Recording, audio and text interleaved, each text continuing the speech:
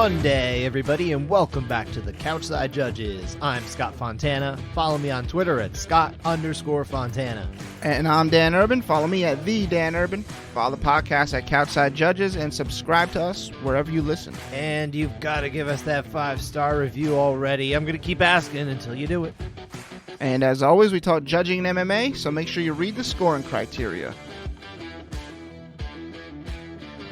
I'll be perfectly honest, even if you've given that 5-star review, I'm going to keep asking because someone else didn't. So sorry, guys. You're just going to hear it forever. Yeah, Scott's going to keep asking for it. And if you give like a 4-star review, like, come on, guys, just bump it up. That's just trying. Yeah. Although I think too hard. I think probably anywhere that I've actually seen, we've actually gotten 5-star reviews. I haven't looked for I never look at it. I just call for it, you know? And then recently, Dan, I did kind of take a peek at our feedback on, I want to say it was iTunes. Mm-hmm. And we did, we had a couple 5-star reviews on there, so thank you guys. More, please.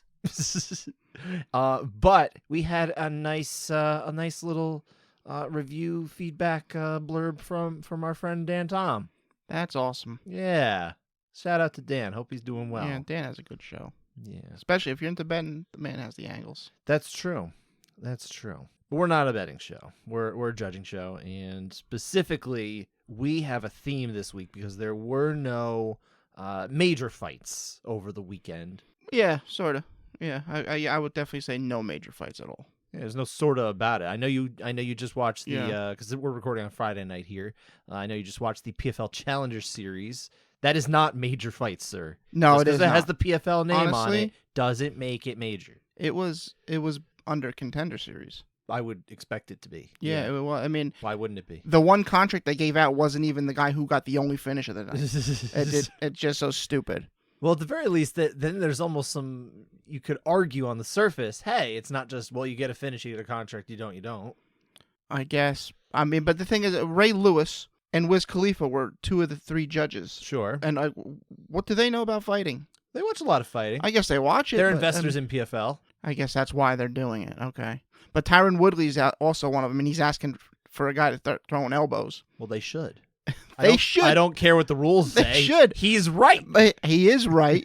But PFL should have told him, hey, listen, elbows aren't legal. Maybe. Before he goes and says it. And good thing this thing was only streaming on YouTube. Oh. What if he just didn't care? I would like that. I would like that to be the case. Just why don't you choose to believe it?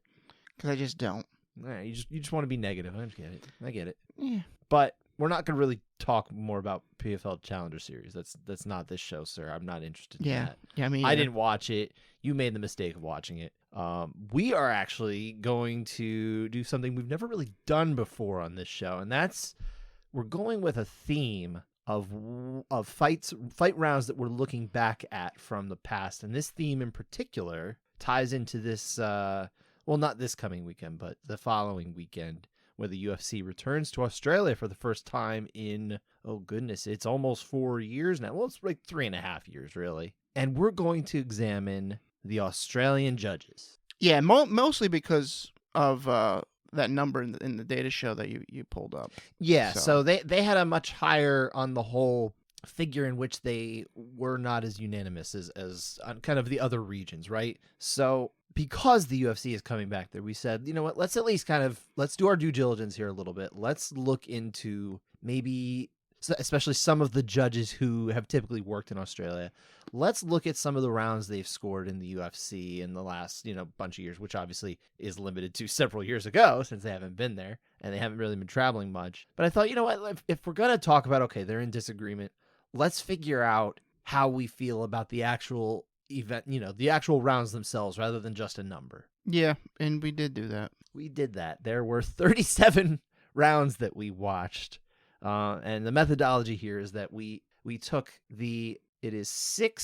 seven judges who worked any of the 2 Australia pay-per-views in 2019, which was the last year that they traveled to Australia. And then we took any of those judges, if they worked in other regions of the country or of the world that year, we also included their rounds. So it ends up being, again, those 2 Australia pay-per-views, an event in China, an event in Singapore, and an event in South Korea. So we looked at all 5 of those, and we only looked at rounds that had judges who, again, worked in Australia pay-per-view events in 2019. So it's the 7 judges that we're using. Hopefully everybody's following that, right? Did you follow that, Dan? Did I explain it? No, yeah. I'm on board. I got it. Okay. I mean, obviously you know, but like, did what I said make a little bit of sense, hopefully? Yeah.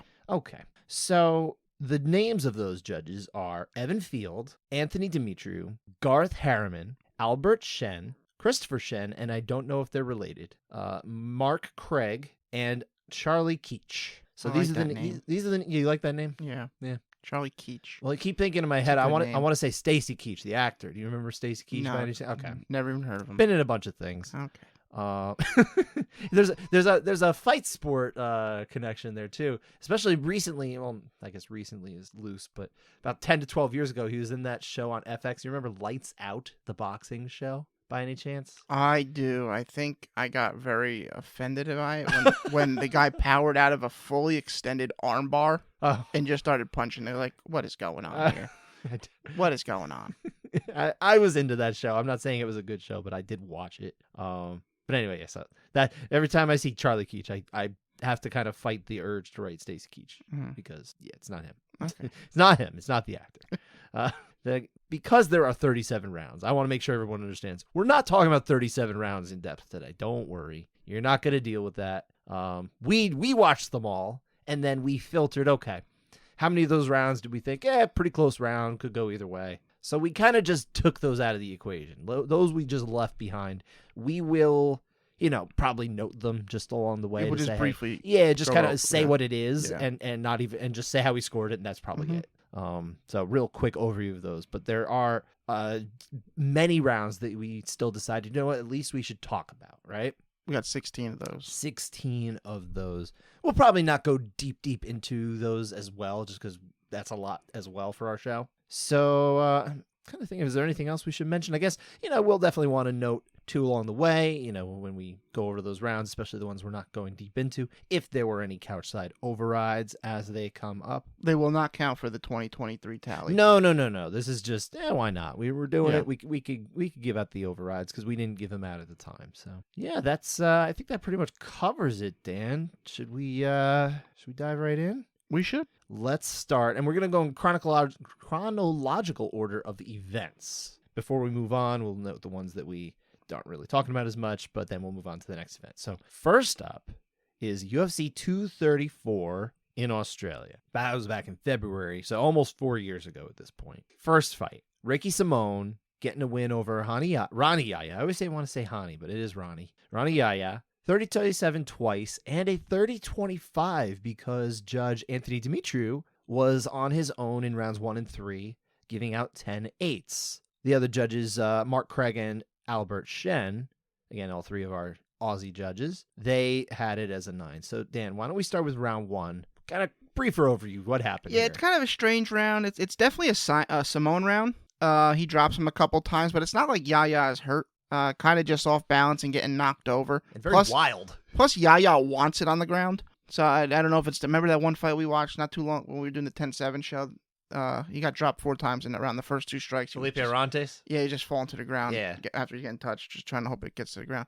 I think something's not as bad as that, but whatever. Yeah, similar vein, maybe. Yeah, Yaya still lands a couple strong strikes of his own. I think the 8's a stretch here. It felt like a stretch to me, too. Yeah, I didn't really see an opponent who was really hurt in Ronnie Yaya. It just, is he playing possum? I don't know. But again, he just doesn't look all that badly hurt. So I thought that this was kind of a pretty solid 10-9 round. Yeah. Really. So yeah, this is one that we definitely sided with judges Craig and Shen rather than Judge Demetriou.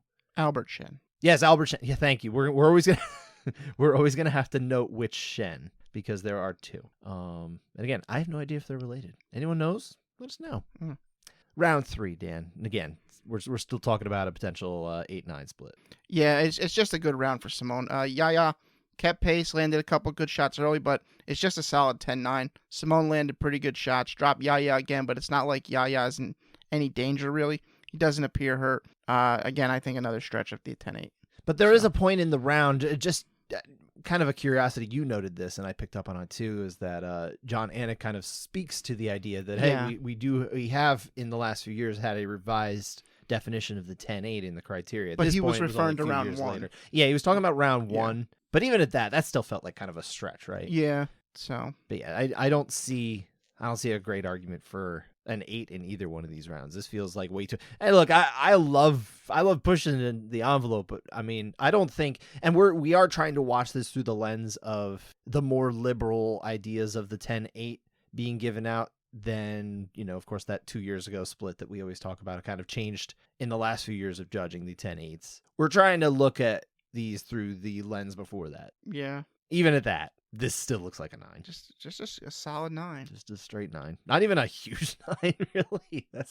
It just didn't feel right here from Judge Dimitriou. That felt a little off. But that was it for this fight. Moving on to Montana De La Rosa got the win over Nadia Kasem. Round 2 submission via armbar, but round 1 right before that, this was some a little more conversation here. Why don't you talk about this as a 10-8-9? Yeah, De La Rosa, she gets the takedown immediately, hangs out in guard. Most of it landing some light shots. She tries to pass, but doesn't until like the final 30 seconds and attacks a good Kimura.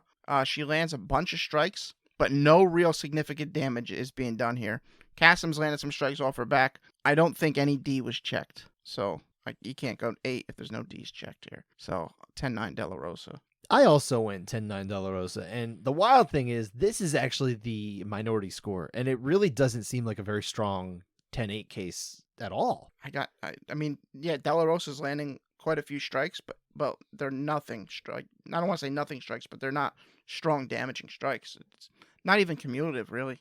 It's like kind of just staying busy. It's just this is just a straight up 10-9. Like I think most people would watch this and just say it's a 10-9. But we had the split here. It was the minority. It didn't matter ultimately because De La Rosa ends it in round 2. But yeah, we went with the minority score being from Christopher Shen, the other Shen, who may or may not be a brother. It was Evan Field and Garth Harriman who saw the 8 for De La Rosa. I don't see that. So. What does that mean for Christopher Shen here? Oh, Couchside override. It's 1 for the show. Stick that in the pocket. And that was really it from this particular pay-per-view event that we kind of wanted to go deeper into. Just to highlight really quick the other 3 rounds that were on this card that involved the judges. Kai Kara-France got a win over Halium Paiva. It was a split decision. The third was split. Very close. Dan and I both saw it for Paiva, who actually did not get the win. So we would have overturned that alongside Garth Harriman. Went the opposite way of American judge Derek Cleary and, again, Christopher Shen, who scored it and gave the win to Kara-France. So what does that mean for Paiva? Or, excuse me, for Garth Harriman? Couchside override. Yeah, that was power versus volume. Yeah. But the power wasn't that much higher. Just a close round. Yeah. It was a good round, though. Yeah. Israel Adesanya got the win over Anderson Silva in the main event. That was the one where the main event fell out with Robert Whittaker going against Kelvin Gastelum, a fight that happened years later and didn't really play out very competitively. But who knows how it would have gone. Round 2 was split here. And you had it for Adesanya. I had it for Silva. You had it the majority way. I had it with Garth Harriman. So Albert Shen and Charlie Keach had your company, at least on that one. All right. But we're just split. No big deal. The last one, Jonathan Martinez defeated Luigi. I'm going to mess this up and always want to say Waluigi because that's wrong. But Luigi Buren. I'm going to know that I said it wrong. He got Martinez got the win, unanimous decision. They were split on round 1. Close, not a crazy round. We both saw it for Martinez anyway, the same as Anthony Dimitriou and Garth Harriman. It was Evan Field who was the out judge, saw it for Luigi Buren. Maybe I had it that time. Did I get it right?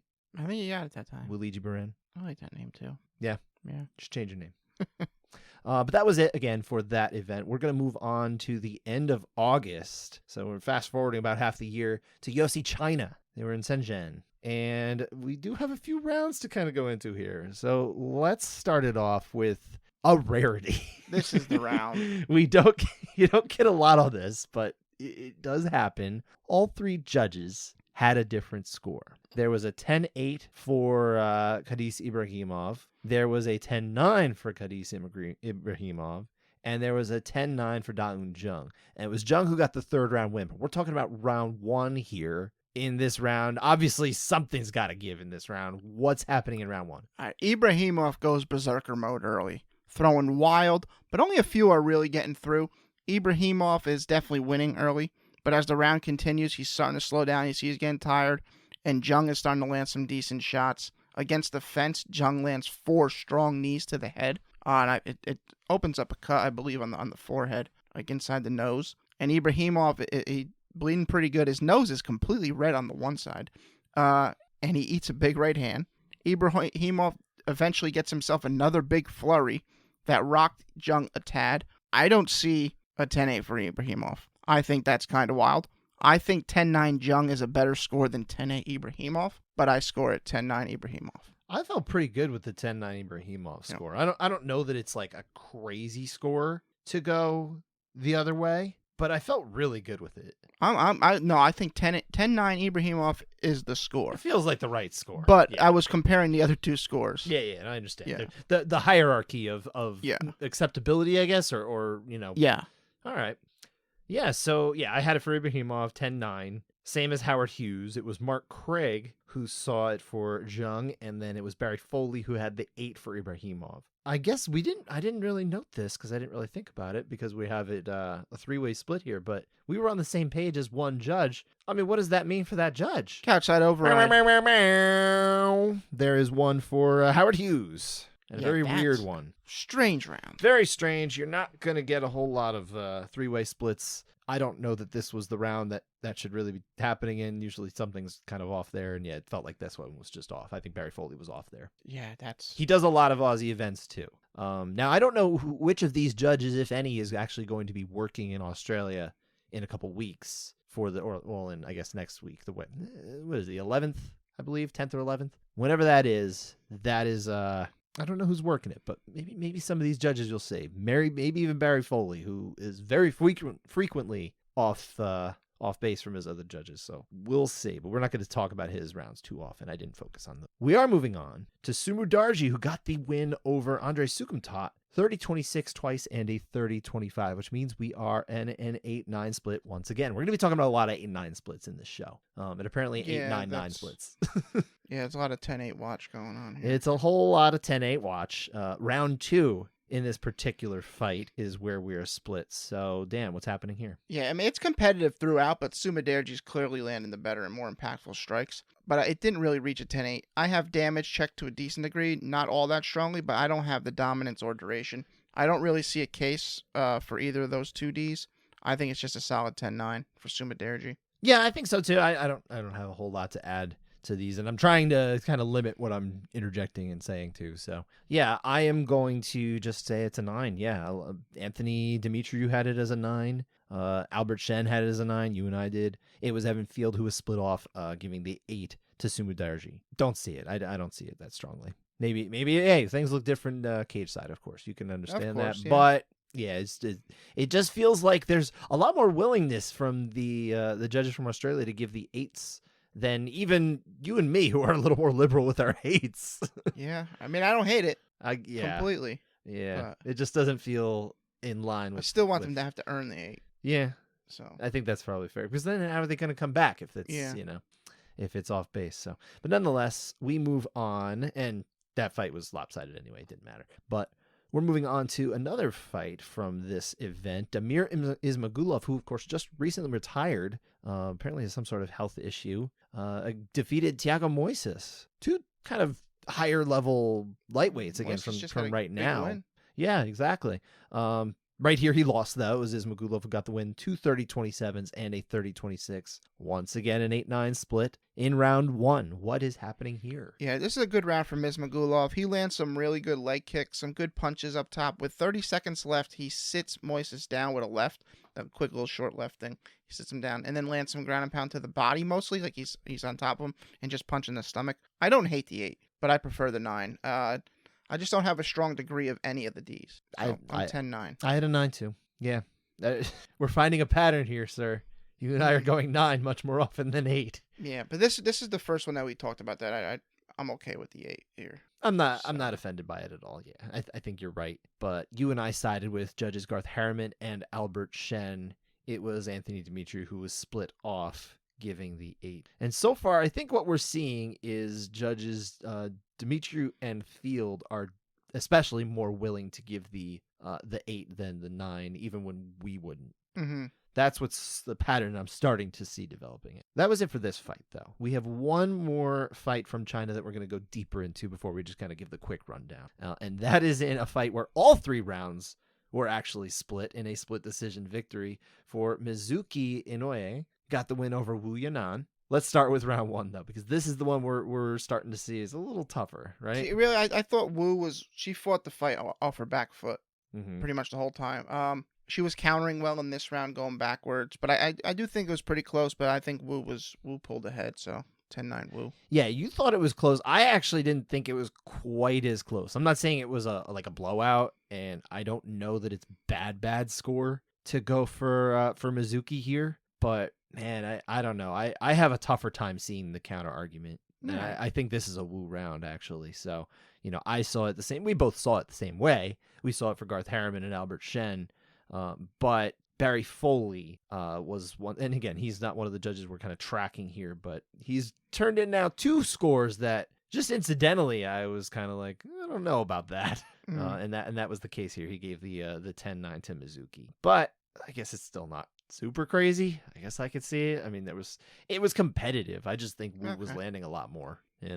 Like close but clear. Right, I think is kind of how I feel about that. Okay. When we get to that close but clear case, it's kind of like, okay, I guess I get it, but really it should go the other way. Okay. So, but that was it for the ones we had more quibbles with. Everything else is kind of close from here on out, including rounds 2 and 3 of this fight. Like I said, round 2, we both had it the same as judges Harriman and Albert Shen. For Mizuki this time, it was Barry Foley once again split off, gave this round to Wu. So they're all knotted up. Everyone's got 19 all right now. Round 3 is the deciding round, and we both saw this for Mizuki, who ended up getting the win. Same as judges Harriman and Foley. Albert Shen gave the fight to Wu because he gave round 3. But again, we're close rounds. This fight was kind of like, how usually Joe Rogan brings this up about Muhammad Ali running miles backwards. So he's used to the movement of going backwards. Mm-hmm. Feels like Wu tired herself out. She was fighting going backwards the whole fight. And so she should have been training going backwards more. She just got progressively tired throughout the round and allowed Inoue to win. Mm-hmm. So that's what this kind of reminded me of. I didn't think about that at all, but okay. Fair enough. All right. But then again, there's 2. Well, actually, there's quite a few more rounds from this one. I was mistaken. There are several rounds in UFC China. China was a long event. It was a long one. It was a lot of split rounds. But again, all of these are really close. There were 2 rounds in Carol Hosa's win over Lara Procopio. I think this was the closest fight that we watched throughout the entire 37 rounds. You might be right. This was the closest, most. And honestly, both of toughest, this fight and the last fight, there were a lot of strikes landed. Yeah, it was just throughout the course of each of the full 3 rounds. It went the distance in both cases. But yeah, rounds 1 and 2 are both close. You and I actually had the first round for Hosa, same as Judge Howard Hughes. Garth Harriman and Albert Shen we went against. They had it for Procopio. But what does that mean for Judge Hughes? Couchside over. That is 2 for Judge Hughes. An English judge, by the way. In round 2, or British judge. I don't know which part of England or of Great Britain he is from. I'm not going to guess because I don't know. But so round 2 again, really close. We had it for Procopio, same as Albert Shen. Harriman and Hughes saw this one for Hosa. But what does that mean for Albert Shen? Couchside over. And these 2 rounds were razor thin. Though, super close. Yeah, so you get your overrides, but honestly, it doesn't mean you were right. This is just super close. 2 more rounds, one from 2 different fights each. Li Jingliang got the win over Eliseo Zaleski dos Santos, round 3 TKO. Before that, it was a close round 2. You had it for Zaleski dos Santos alongside Howard Hughes. I had it the same as Mark Craig and Evan Field, our Aussie judges, for Lee. So we're split there. Mm-hmm. But I had it same as the Aussies. So there's a point for the Aussies. All right. Aussie. Oi, oi, oi. There you go. Not as much passion as the Aussies would give, but I did when Joe Hashem was going for the World Series of Poker main event title. I believe you. I don't know who that is though. He was an Australian champion. I mean, I inferred that, but had everyone. That's where I learned the Aussie. Is that right? Oi, yeah, from the poker. I forget what year it was. I couldn't tell you when I learned it, but I think the first time I ever heard it in like MMA was probably George Soteropoulos. Okay. That's the name that comes to mind first when I think of that. But final round from this one was Kai Kara-France getting the win over Mark Della Rosa. So they had the whole Della Rosa clan on here, both of the ends of the married couple. Well, at least in our show anyway. 30-27 twice and a 29-28 for Kara-France. They were split on round one, which was close, but both you and I had it for Anthony Demetriou. Well, same as Anthony Demetriou and Albert Shen for Kara-France. It was Garth Harriman who saw this one for Della Rosa, so we didn't go that way. But once again, close round. Yeah. And that closes out China. Now we fast forward to October. Again, we're back in Australia, UFC 243. And we've got a few rounds to go over here, starting with Brad Riddell getting the victory, unanimous decision, over Jamie Mullarkey, 30-26 twice, and a 29-27. Don't see that score a whole lot, but these things happen because we have a split in round two. So let's talk about this, Dan. What happened? Yeah, Mullarkey's jab is there. It's working pretty good, but Riddell's landing the heavier shots. He's winning all of the grappling scrambles, getting reversals and into dominant positions. He's landing some good shots from mount. There's nothing Mullarkey did in this round that you can be, you know what? Mullarkey was the better in this round. It's just almost impossible to say that. He wasn't more effective than Riddell in any aspect of the fighting in this round. This is a 10-9 Riddell. It feels like a 10-9 Riddell. This feels like the right score is 10-9 Riddell, which is the same score that, of course, Ben Cartledge, English judge, was in Australia for, alongside Charlie Keech, not Stacy. My boy Charlie Keech. Not Stacy. And it was Christopher Shen who gave this round to Mullarkey, and that it does kind of feel like Mullarkey to give it that way, right? Yeah, a little bit of Mullarkey. I do not like that one at all. Yeah, no, so not the strongest of scores, I think, from Christopher Shen here. Not Albert Shen. Albert Shen doesn't do this one. Next fight. This is another one with Christopher Shen in it, but this was a fight won by Ji Young Kim over, again, Nadia Kasem. Didn't go her way in 2019. Didn't go very well whenever she fought in Australia. Round 2 TKO. Round 1 is... I thought it was at least a little bit interesting round. Let's get into it. Well, Kasem goes for the immediate strike after glove touch. Another reason why pre-round glove touches and hugs are stupid. But then what happens immediately thereafter? Insta karma. She gets dropped with a left. But she pops back, right? She pops yeah, right she back did, but it felt really great. Yeah. It was like, you know what? You deserve that. Yeah. Kim seems to be landing the better strikes. Kasem is, landing that side kick to the body a couple times. It's decently competitive, but I think Kim got this one pretty decently clear. So I'm in her favorite. Would you say close but clear, or would you say clear? Yeah, maybe close but clear. Okay. I mean, I don't hate the score for Kasem. I just don't see it that way. Yeah, I don't think it was. I didn't think it was that strong of a case, but yeah, maybe not the worst. So yeah, I had it like you. I had it for Kim 10-9. So did judges Garth Harriman, and also in town from England, David Lethaby. But again, Christopher Shen gave the minority score here. And yeah, it doesn't, not as strong, not as much of a tougher score to justify, I think, as the previous round, but still one we kind of disagreed with a little bit here. Yeah. So that's 2 marks against Christopher Shen, unfortunately. But now he did, if I'm not mistaken, he had one of our Couchside overrides earlier. Is that true? Yes, he did. All right. See? Mm-hmm. And it was in the other Nadia Kasem fight. She came into the first fight undefeated, and she left our show with 2 losses. Yeah. But, UFC is a different animal. These things happen in MMA. But that was it for that fight. And actually, we do not have Christopher Shen on this next round, so he gets a break.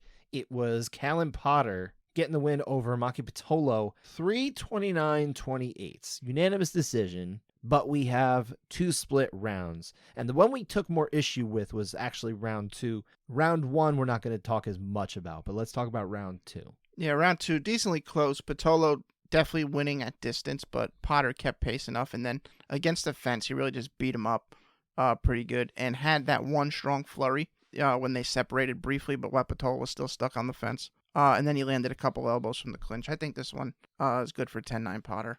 Yeah, I had this one as a Potter round as well. I didn't think it was super close. I guess it's not the worst, but Well, until he gets stuck on the fence, it's close. yeah. I feel like And I then- feel like the right score here is probably Potter. Okay. I mean, do you disagree? Yeah, no, or- I'm okay with yeah. Yeah. What would you say then? Close but clear, or Yeah, I kinda think clear? I would go close Yeah. but clear. I think I'd still go there too. So it's not the worst score. In this case, from Judge Richie Gerard, who we have not spoken about yet.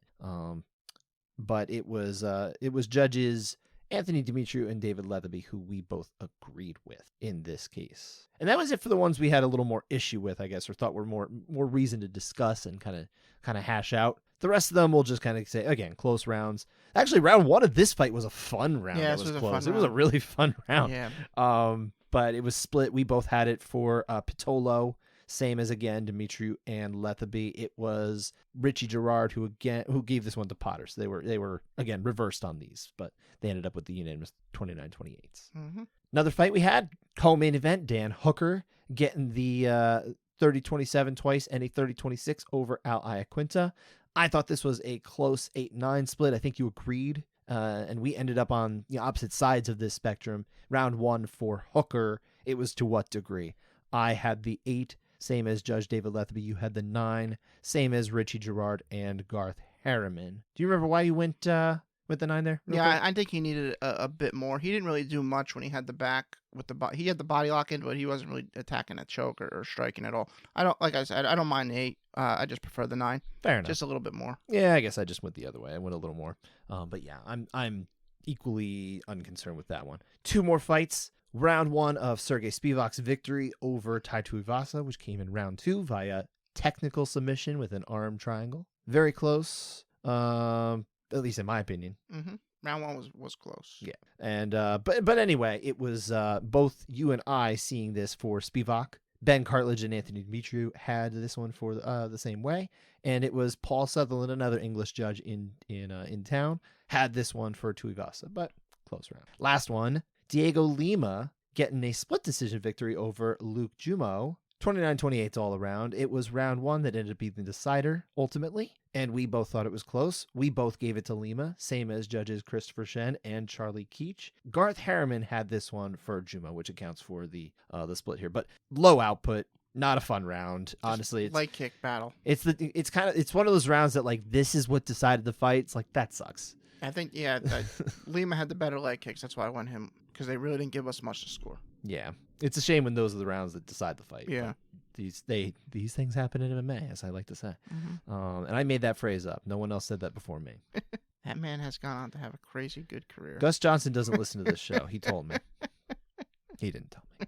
But anyway, that's it for that event. We're actually moving on to UFC Singapore a little bit later in the year, November, I believe. And Random Marcos getting the win in the first fight that we're going to be talking about. Split decision over Ashley Yoder. It was round 3 that was the decider, and it was close enough. But yeah, I think we probably should talk about it. Marcos and Yoder? Yeah. Close enough? I don't know. No? No. No. What do you think? This might be the worst score of the entire show. Wow, really? Okay. Okay. Random Marcos clearly winning on the feet. All the impact happens in this portion of the round when it's on the feet. About 4 minutes worth of it. Yoder gets the back for like a minute and doesn't do a single thing with it. I think it's just such an easy score for Marcos. Every strike she lands snaps the head back of Yoder. And she's landing quite a bit of them. 10-9 Yoder is 10-9 Marcos. That's my score. I don't go as extreme as you. I had it for Marcos as well. She doesn't. I think this is probably the right score, personally. I don't know if it's worse than the other one or more egregious than the other one. I guess is probably the right phrasing here. But again, so we had it as the 10-9 for Marcos. Mark Collette, English judge in town. Howard Hughes, English judge in town in Singapore. And it was Evan Field who was split off, gave this one to Yoder, our Aussie judge here. So you vehemently disagree with Judge Field here. I don't see a single legit argument that one can make that said Ashley Yoder's back control with no strikes landed, no subs attempted, no strong body triangle for like 52 seconds is better than the 4 minutes Random Marcos is snapping her head back on the feet. Maybe I just watched it in a different frame of mind because I guess when I watched it, I distinctly remember this being a little bit closer, but and more of just like is it striking versus grappling argument. You obviously have a stronger. That has to be the argument. Yeah, but all the damage happens on the feet. I think that's fair. Yeah. That's ultimately why I sided with Marcos here. So yeah, strong words, my friend. That is one of only 2 rounds from this event that we're actually going to go deep into. The other one coming in the 3rd round of Stevie Ray's majority decision victory over Michael Johnson. It was him with 2 29-28s and then a 28-28 split, because round 3 is an 8-9 split. Round 1 was also split off, but that to a lesser degree. We'll talk about that later. Let's talk about round 3. Yeah, round 3, Johnson was kind of cruising on the feet, and then Stevie Ray ends up getting a takedown and starts going to work here. He lands some heavy ground and pound from the top, in that top turtle position. He gets the back for a little bit, but he doesn't really able to get anything off here. It wasn't until like the final minute when he actually starts teeing off is when I started getting close to the 8. Before that, like I said, he's just hanging out in the back. But once he starts teeing off and really trying to get that finish, that's when it got over for me. So 10-8. Yeah, I had the 8 too. I thought this was a pretty good 8. I think the right call was made by Judge Evan Field here, who, again, you did not like the way he scored that other round. I didn't like the previous round. This one, you're totally on board with. We're on board here. Mm-hmm. So we went opposite of Judges Barry Foley and Pavel Harrison, I believe, is a Polish judge. But again, Barry Foley is also, I believe, an Aussie judge who was in town, but not the ones we're tracking. That's 0 for 3, by the way, you and I, in just in the rounds that Foley happened to be in. We have not seen anything that went remotely the same way as Barry Foley. He seems very out of step. Just in, again, these selected rounds. There's others that better represent, but yeah, it's a different sample size than the other ones. But what does that mean for Judge Field? Because we both agreed with his 8. Couchside over. There's one for you, Evan. Redemption. That's right. At least in your case. and round 1 again is close. So the rest of the rounds we have are close. This one, kind of was just who won the first round. Close round. We both saw it the same way. Gave it to Ray. Same as Barry Foley and Pavel Harrison. It was Evan Field who was split off for Johnson, but neither one of us has a strong feeling on that one. The only other fight we were going to talk about here was Muslim Salikov getting the unanimous nod over Laureano Staropoli, 30-26 twice and a 29-28. So what we have here is an 8-9 split and a winner split in rounds 2 and 3. It's round 2 where it's the 8-9. I gave Salikov an 8 in this round, same as Evan Field and Howard Hughes. You saw it as a 9 for Salikov, and it was the same as Judge Takeo Kobayashi, who I'm not sure exactly where he is from. For all I know, he is a local judge. I know he's worked in different parts of the world, so I'm not entirely sure. And then round 3, again, we were split here. Close round, no argument either way, right? Oh, yeah. No, round 3, we're just talking about the winner here. Again, super close. I had this one for Salikov, same as Evan Field and Howard Hughes. How did you have this? You didn't even let me know. I didn't put it down. You did not. You've been sloppy with this my one. Bad. Staropoli, I had. You had it for Staropoli. Okay, Yeah. so you were split off again the other way. Yeah. So you very much liked the the way that Takeo Kobayashi was doing The this. thing is, this fight as a whole did not feel like a 30-26, really. After looking at it, I guess not. Salikov has this way of fighting where he gets 10-8s actually, like with his stand up striking, because he is a very talented striker. He just really is. But it almost looks effortless, I think, when he fights. Okay. And I think it's almost like the way he fights, it kind of is deceptive in the way he beats people up. It different cage side. Yeah, but again, very close either way. And so that does it for UFC Singapore. We have one final event to go over, and it does have a handful of rounds here. So why don't we start it off with 2 in one fight, sir? Hyung Ho Kang got the split decision victory over Liu Ping Yuan, 30-27, 29-28, and then 29-28 the other way. So in the first round of Liu Kang, yes, it was Liu versus Kang. We got to talk about this. So let's start here. What did you see? Well, first he comes out with the fireball, then he hits him with the bicycle kick to start the round, and then we get into real fighting. Liu gets taken down. Kang lands some good ground and pound. Liu Kang. Nothing crazy, but Liu has landed some elbows from the bottom. I don't think these elbows have much impact on them, and Kang is still landing some shots from the top. But like I said, really nothing crazy here. Kang smothers Lou on the ground. Lou just keeps throwing these pitter-patter elbows. If you can, is there such a thing as pitter-patter elbows? They can be if they're not landing hard. I just don't. I didn't see impactful, but in the final 15 seconds, Kang stands up and lands a strong strike right to the face, maybe 2 of them. And these are the best strikes of the round, in my opinion. I like it for Kang. Think he actually put a stamp on the round at the end when he postures up and throws that shot.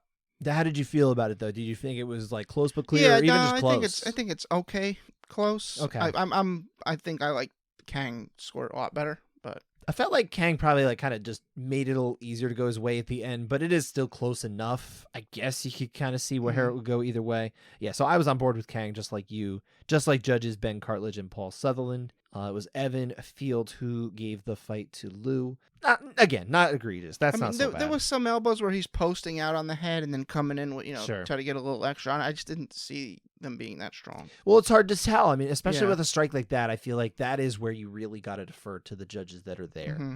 Because a strike like that, like, it may not look so bad on TV, but maybe it's rougher in person. I don't know. I feel like there's just certain strikes that do not come across well on TV too. A lot of them don't. Yeah, probably a lot of them in particular, but yeah, in this case, yeah, too. So I'm certainly not bent out of shape of it, but I did think it was an interesting kind of discuss the strikes from the bottom, right? Because we don't get as many fights like that, but when it does happen, it's kind of fascinating, I think. So yeah, no big deal from Field being split off on that one.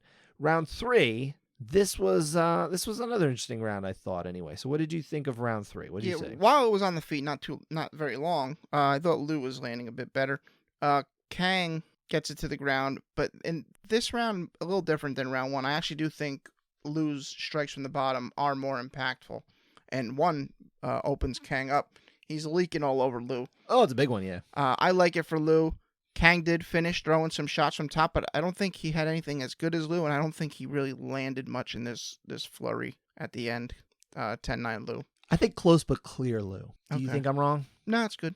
Yeah, I think close but clear Lou here. Same as it was Judge Field and Judge Cartledge who saw it that way. Judge Sutherland was the one who split off, gave this one to Kang. Again, not a rough score to go the other way, but I thought Lou was the better score here. I mean, there's very clear damage dealt. Yeah. And I think when you get a leaky cut like that, I think you have to give that a lot of weight. Sometimes we say, okay, it's not in a bad spot, it's not such a bad thing. But when you're losing a lot of blood, I mean, that's damage. And we just saw a couple of months, I guess it was a month or two ago in the UFC, there was that fight with the cut that ended up on the top of the head, right? I can't remember the fighter's name off the top of my head. It's because it's escaping me. But yeah, there was that cut, top of the head, bleeding like crazy, but not in a spot that you would think, okay, maybe you stop the fight for it. It's in a spot that's going to impact him. Find out later he lost like quarts of blood or pints of blood. It was like crazy how much blood he'd lost, like 20% of his body. Maybe they were exaggerating. Is that the RoboCop cut, is it? No. Oh. No, it was not RoboCop. Okay. It was a different fight. But yeah, like just so much blood, and they couldn't stop it because it was an artery that got nicked. So, yeah, exactly. So I feel like when there's that much blood leaking, you have to account for it. That's where I really feel like that it's a Lou round here. So Lou over Kang. I mean, Stone Cold Steve Austin passed out from blood loss. He did. While stuck in the sharpshooter. I saw that. Yeah. Yeah. Mm-hmm. He almost damn near broke his neck too. Anyway, but yeah, so we gave Lou that round, but we ended up giving the fight to Kang, same way as the majority of the judges ended up seeing that way too. Moving on, though, we do have a few more fights to get to. Sungwoo Choi got the win over Suman Mokhtarian by unanimous decision, 29-26 twice, and a 29-25. Just your typical round scores there. Yeah. Round 3 is the round that we're going to talk about here. So what is happening this round? Why are we going to talk about it? Yeah, Choi's winning on the feet, but he does get stumbled by 2 flying knees. He got a takedown straight to side control right after this. It kind of almost fell into side control. Mm-hmm. It was weird. But he's not really doing much from here until he decides, oh, you know what? I should probably throw elbows from here. So listen to Tyrone Woodley 4 years in the future. Tyron Woodley, my bad. Had he done more earlier and started throwing those elbows a little earlier once he got the side control, probably would have put it over for sure. But he just too late. started going for it. So I'm on the 9. I'm on the 9 too. I think it's the better score, but not crazy, I guess, to go the other way. I don't know. It really probably should be a 9. Yeah. So maybe close but clear 9. I don't know. Okay. Yeah. I don't know. How do you describe that? Yeah. Right. We're usually close but Yeah. clear is usually for round winner, I guess. But Yeah. it's hard to even say that because Mhm. the line with an 8 and a 9 is kind of blurrier in general. And judges will tell you that debating between the 8 and the 9 is a harder card to pull than the round win in Mhm. most cases anyway. At least a lot of judges will tell me that. But yeah, we had it the same as we had it for Troy, same as Ben Cartledge and Judge Evan Field. It was Paul Sutherland once again who was split off. He gave the 8 here, and we just didn't see it as strong. So moving on, we have just one more round that we're going to break down in depth, and it is from Omar Morales' victory over Dong Hyung Ma. Who was also known as Dong Hyun Kim. I believe his real name is actually Dong Hyun Kim, but because there was another Dong Hyun Kim, he started going by Dong Hyun Ma in the UFC to alleviate confusion. So thank you, Dong Hyun. But it was a unanimous decision, 30-26, 30-27, and a 29-28. We actually have 2 split rounds here. One's a lesser case. We're going to spend more time talking about round 3. So what's happening in round 3? Our final round we're diving into. Yeah. I don't see an 8 at all here. I think damage is just barely checked. No other D's checked here. He hit him with the spin kick to the head. It was strong, but that's really it. And he stayed on top when it was on the ground. So 10-9 Morales. Yeah, this is a 9. So This is a 9. It's just a 9. That's what we should have here. And again, another case where Judge Anthony Demetriou, went for the 8 a lot more frequently than we might have. It's just the way it kind of played out when we looked at these rounds. But we saw it the same, again, 10-9 Morales, as Mark Collette and Paul Sutherland. In this case, we were on the same page as him. He had the 9. Round 2 in this fight was a closer round. We both saw this as a 10-9 Morales round, same as Collette and Demetriou. It was a Ma round from Paul Sutherland, but again, and that was it from that fight. A few more fights to break down, just real quick. 1, 2, 3, 4, bang, boom, boom, boom. Alatang Haili got the victory over Ryan Benoit. Split decision, 29-28 all around. Round 3 is the deciding close round. You and I had this one for Benoit, same as Evan Field. It was Ben Cartledge and Anthony Demetriou who saw this for Alatang Haili, but again, we're close. Despite that, we saw it for the outjudge, and what does that mean for Evan Field? Couchside over. Even more for him. That's 2 for him, right? I believe 2. Building him up. Mm-hmm. Volkan Ozdemir I believe this was the co-main event, if I'm not mistaken, got the win over Alexander Rakic, another split decision, 29-28 every way. Round 2 is our split here. We both had it for Volkan Ozdemir, same as judges Mark Collette and Anthony Demetriou. Evan Field was split off on his own, seeing this one for Rakic.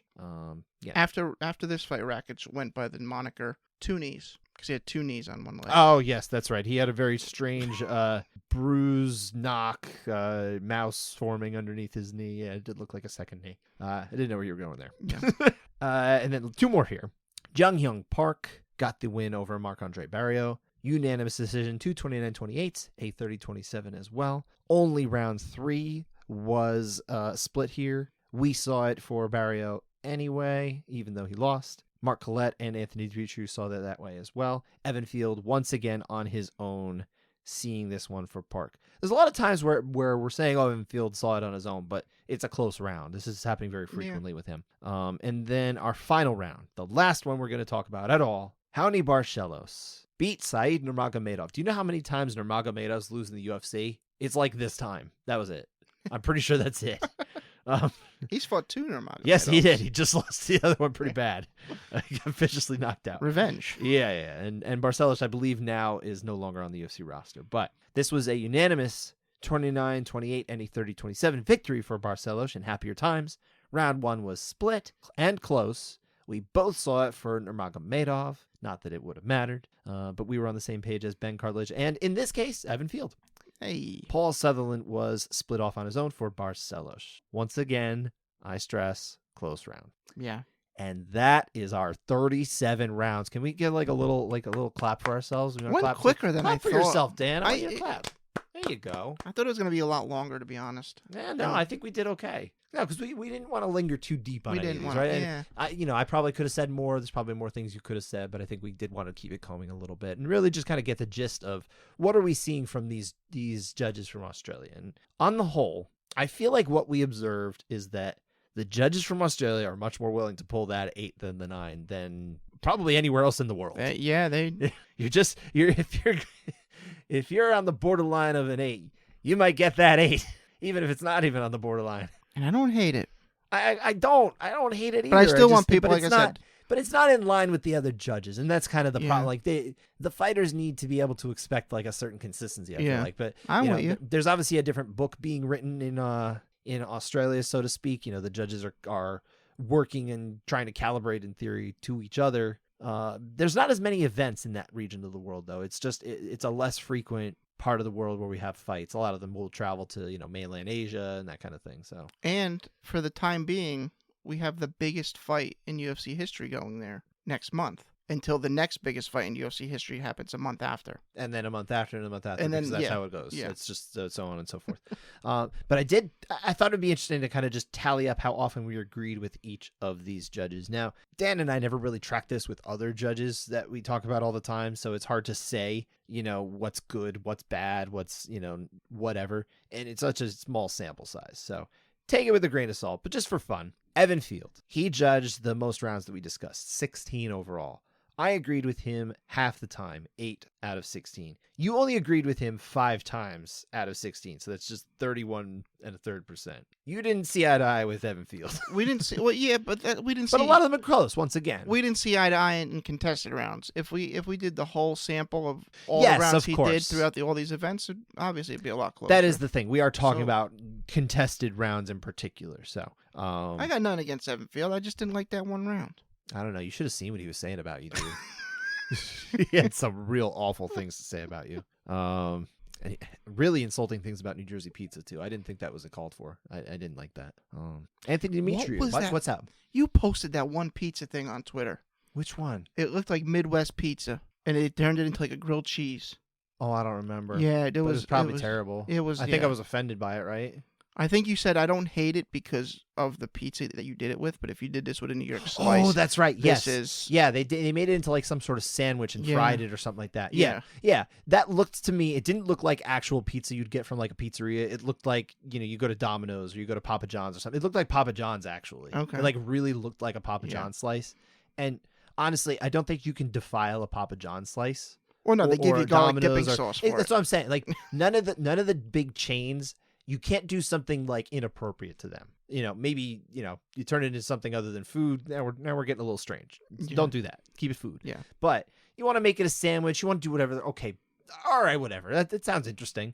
I would never do that if I walked into my local slice shop and be like, yeah, I want 2 slices. Okay. I'm going to take those home. And then I'm going to put an egg on the fryer. Then I'm going to make a sandwich out of it. And then I'm going to stick all that in a deep fryer. And then we're going to put American cheese on it. And then I'm going to microwave it. Yeah, That's terrible. don't do that. Never do that. That's my PSA. Don't do that. Where did that come? Oh, because that's right. That thing. By the way, that thing about Evan Field and the pizza, I made that up. Oh, okay. Yeah, I mean, I don't know Okay. actually. He might have said it. I just don't know.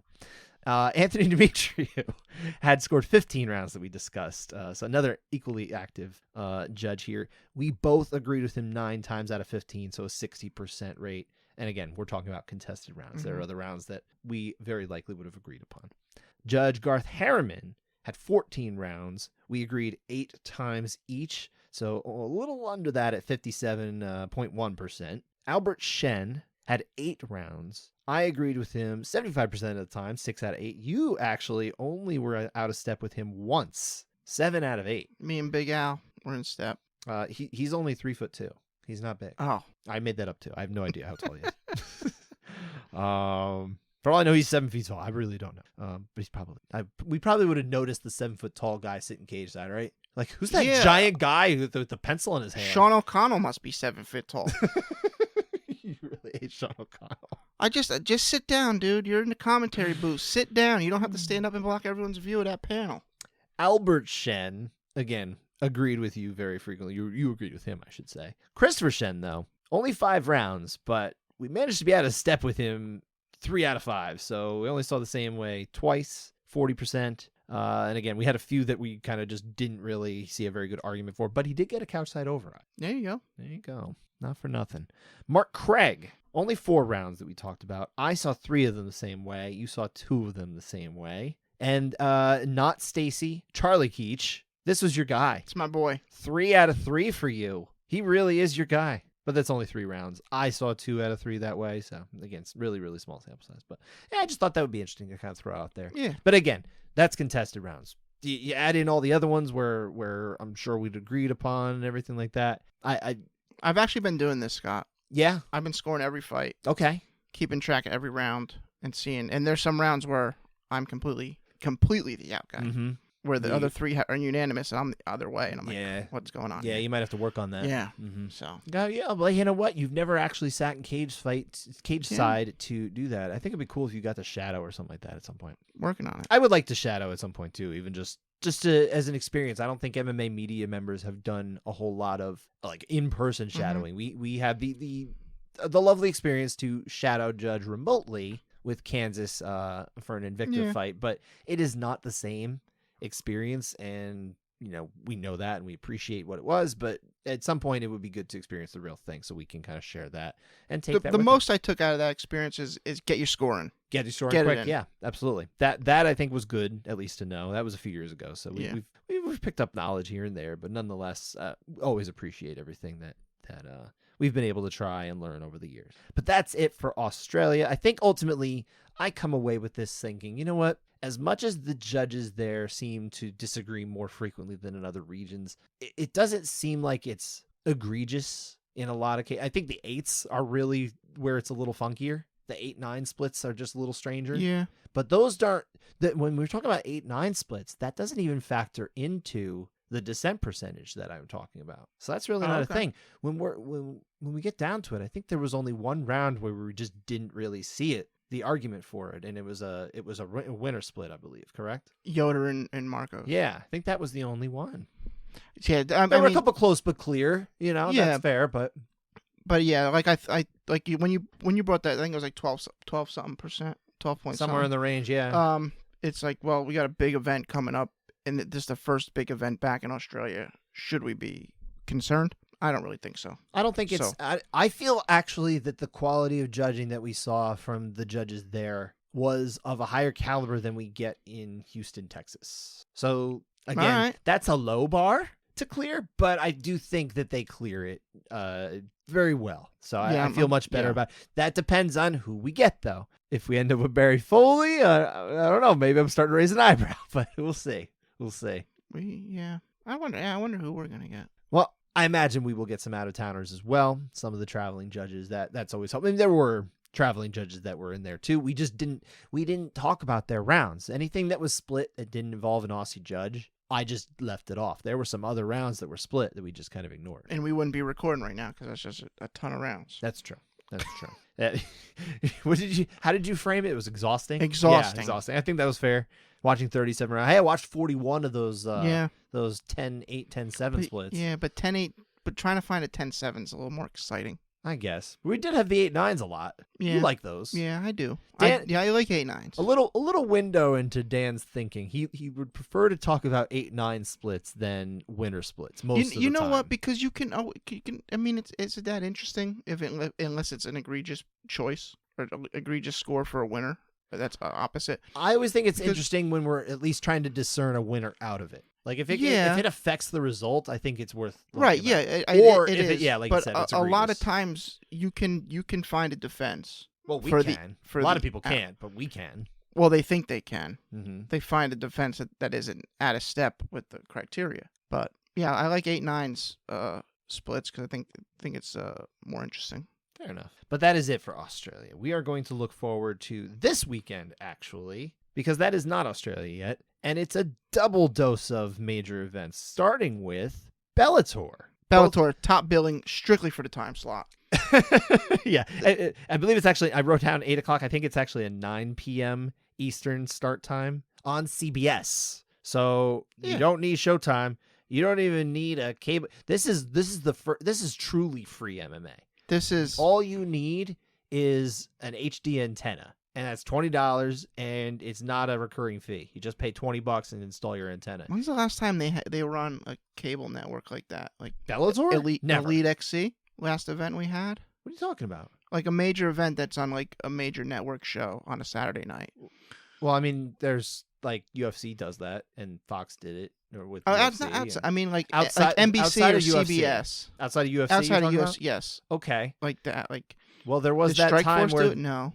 Elite XC. one did. of the very last things that we heard on network TV from MMA that wasn't UFC was these things happen in MMA. That was CBS. It was CBS. Okay. Yeah. That was UFC Nashville or Strike Okay. Force Nashville. I didn't know if I'm almost positive that was on CBS. I didn't know if Kimbo's ear or popping James Thompson's ear was after. No, that was much earlier. Okay. Well, now I've got to look this up. Strike Force Nashville, right? You know what? And it felt. You know what? I remember that now because it felt like when Nate Diaz showed up with Nick, it was like DX invading WCW, where you have a guy that you know, like, whoa, he's there too. He's a UFC guy. What's he doing at Bellator or Strike Force? That was on CBS. I was like, Yes, I oh. was 100% right. So this marks a return to CBS. I don't think that they've had any CBS MMA events since April 17th, 2010. Almost 13 years it took. Okay. That's what happens when these That- things you know, happen at MMA. I guess Fedor deserves it. So, Yes, of course. This was done for Fedor's final fight. He requested to be able to fight Ryan Bader for the heavyweight title. Still think it's a weird one. There's other fights I would have loved to have gotten in, but it was Fedor's choice. It's what he wanted, and they accommodated it. I don't know exactly where that leaves Bellator. If Fedor wins their heavyweight championship over Ryan Bader, and then he retires that night, because then you're just taking the belt off the table. So and you no longer have a lineal champ. oh, stop. Shut up. You suck. Anyway, I wish that we were getting another Fedor fight, honestly. I would have liked to have seen him Fedor versus and Ngannou. No, well, sure, but that was not really a possibility to reason. I was gonna say Alistair Overeem. That fight should have happened. Or even him versus Junior Dos Santos. Either one of those fights would have been way more interesting to me. And there's no stakes to it, but it's actually more fascinating to me. Having said that, He's already lost to Bader. yeah, he has. And it wasn't a particularly close fight. But having said that, there's no reason for me to think Fedor couldn't actually somehow win this fight. I'm not saying I would pick it, but it just, Fedor has this way, right? He's only lost twice in the past, 12 years. He's one of the greatest of all time for a reason. I mean, he's way older at this point. And, Bader's getting long in the tooth, too, at this point. Which I think is part of the reason why we could actually see Fedor win here, because now we're starting to see kind of the rapid aging of Ryan Bader a little bit before our eyes. He's still, he's obviously still the champion. I don't know. It's a fascinating fight. It's a weird fight. It's one I don't think we should be having, but also I'm kind of weirdly into it. I don't know. I'm very conflicted. Well, it's Fedor. It's Fedor, yeah. But honestly, the other title fight I think is a little more interesting personally is Johnny Eblen making his first middleweight title defense against Anatoly Tokov. Tokov is also affiliated with Fedor. Okay. But it seemed like this was probably I think he's the only middleweight in Bellator who's other than Eblen who's on a win streak. Okay. So it really made sense to do this. But did you watch Johnny Eblen against Musasi. Musasi? Yeah, because of you. Yes, I make you do things. But yeah, this is in California. I imagine we'll get some solid judging, but because it is the same night as the UFC in Nevada, we'll have a split in terms of those top judges, right? Some of them. I don't know. They might be able to make it in time. No, they're not doing that. Stop it. I'm just saying that UFC is starting at an ungodly hour. But it's also overlapping just a little bit because these fights start at 9. I think they'll go to roughly 11 or so because there's 3. And then UFC doesn't start until I think 10 o'clock is for the prelims. So there is a little bit of overlap. But there's also, there's fights obviously not on CBS earlier than that. I think the one that interested me was Neiman Gracie against Dante Skiro. Okay. At 170 pounds. Skiro's coming off, I believe his last fight was this one, the one where he lost by a buggy choke. That was that one that was one of the submissions of the year. Buggy choke. Did you see this one? I don't know if I saw the buggy choke. Okay, but he lost. That he was on the wrong end of it. Is that? I'm looking for that fight. Is that still on? Neiman Gracie and Dante Skiro? Yeah. I think so. Am I out of date? Oh, no, it's still on. I wouldn't think it would be the first fight, though. Looks like it's the first fight. I think it's on just on the prelims. Yeah. I think it's probably the main fight of the prelims, actually. Oh, okay. Don't worry about what it says on the internet. I'm pretty sure it's Okay. probably the one. Gotcha. Nonetheless, that's the one I want to see. Anything else jump out at you? Or Brennan Ward. Sabah Hamasi. okay. That should be interesting. Sabah Hamasi is fun to watch. But yes, as you've been alluding to, the UFC is on exceptionally late in this case because this fight card was supposed to be in South Korea. The main event fell out involving, I believe it was Korean Zombie was supposed to be in this, and it just kind of collapsed. And as a result, they didn't see it as viable to keep it there. So they moved it to Las Vegas. This was my understanding of what I'd heard. The main card doesn't start until 1 p.m. They're trying to be friendly for the Asian market markets that were looking forward to like things like Road to UFC, that little tournament they've been doing. This is the wrapping up of that. I think they're just trying to accommodate the audience still there. I know it sucks for Americans, and I am obviously an American, so it sucks for me too because it's going to be really late, even though I'm up late. But I don't hate it. I get it. I really do. No. Dude, think about the rest of the world. They have to stay up super late to watch these or wake up at weird hours. I get it. But, I mean, at least the UK guys, if Bellator wasn't on, like Sean Sheehan, he can probably go to sleep and wake up in the morning. Ireland's not part of the UK. Northern Ireland? He's not in Northern Ireland. Oh, he's not? Okay, so No. he's regular Ireland? Regular Ireland. Republic of Ireland. Republic of Ireland. So they're not part of the UK. Correct. So, all right, so Sean Sheehan in Ireland, my bad, if there wasn't for Bellator, could have probably went to bed and woke up really early to watch UFC. Yeah, but that's Instead not how of- they do things. Instead of staying up, like, it's going to be up a long time. Yep. I was listening to Bilal Muhammad on Rogan. They were talking about it, and Rogan's like, "Yeah, it starts at 10 o'clock. No, thank you. I'll probably watch that one on. I'll tape it and watch it the next day." But also, he doesn't even live in Texas. It's actually more like 9 o'clock for him anyway. Yeah. Oh, that's true. Yeah, he's not on the West Coast anymore. That's right. Yeah, he fled. But in the whatever. UFC, we do have, and they're trying again here. We'll see if it actually happens. This was supposed to happen a few months ago. Derek Lewis against Sergey Spivak. That is our heavyweight headliner. Are you interested in this fight, or is it just some fight? It's just a fight, but Yeah. I mean, I'm always interested in Derek Lewis because I want to see what he says if he wins. That's true. He does say fun things. That's what. Well, hopefully it doesn't fall out day of this time, like last time, because I don't know if they have anything strong enough this time. And last time they didn't either. This might be even way worse. But again, it's Nevada. Probably have some solid judges here. I'm curious who's going where. I'm curious which ones are going to be in California, which ones are going to be in Nevada. Obviously, guys like Junichiro Kamijo, Tony Weeks, I imagine they would be the ones who would be in Las Vegas because they're California judge or Las Vegas judges. You might see like Ron McCarthy stay in California. I'm just guessing. Maybe Mike Bell. Those again, California based referees too. Herb Dean's a California ref. Jason Herzog, I believe, is California. We'll see. I'm kind of curious how they split this. Should be interesting. Any other fights you want to see? I'm sure if I watched Road to UFC, I probably would have some fights I was interested in. Yeah, I don't know much about the Road to UFC guys. That's probably why they're like, we can put this on late because numbers probably won't do well name wise. Yeah, but I don't know how much it does that. Especially battling. They were like, we don't want to battle against Fedor. Maybe it's a respect. I'm gonna chalk it up. It's a respect to Fedor. Yes, because that's what the UFC is known for. That's what we're gonna do. The UFC is just known for its ever-loving respect for Fedor. I'll tell you what I want to see here, though. It's Doo-Ho Choi, Korean Superboy, fighting Kyle Nelson at 145. I like that fight. Okay. All right. And that was... Isn't Marcin Tybura your guy? Marcin Tybura? Yeah, isn't he your guy? Well, yeah, because he destroyed Greg Hardy. Yeah.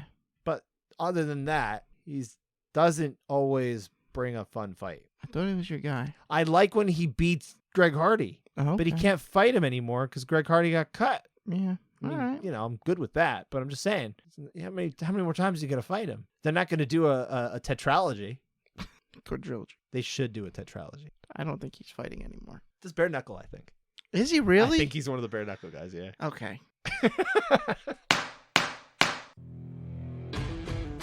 All right, that does it for us. We are back at you next week. We'll see how much of Bellator we can include, but we'll obviously do the UFC. I would think if there's anything on the main card for Bellator, we'll definitely talk about it, right? Or, yeah, round-wise. I would think so. Yeah. I have made it a pact with myself to watch more Bellator. Good for you, sir. Thanks for listening. Take care, everybody.